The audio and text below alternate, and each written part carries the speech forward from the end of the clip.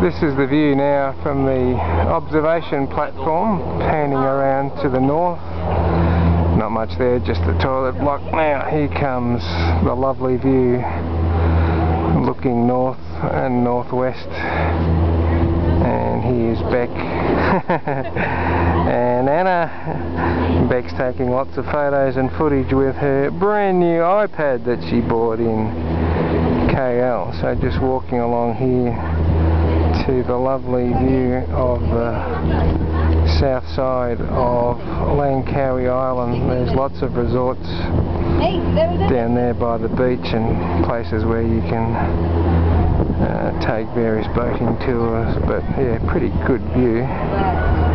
Not much wind, just a really lovely day. Quite a lot of people up here.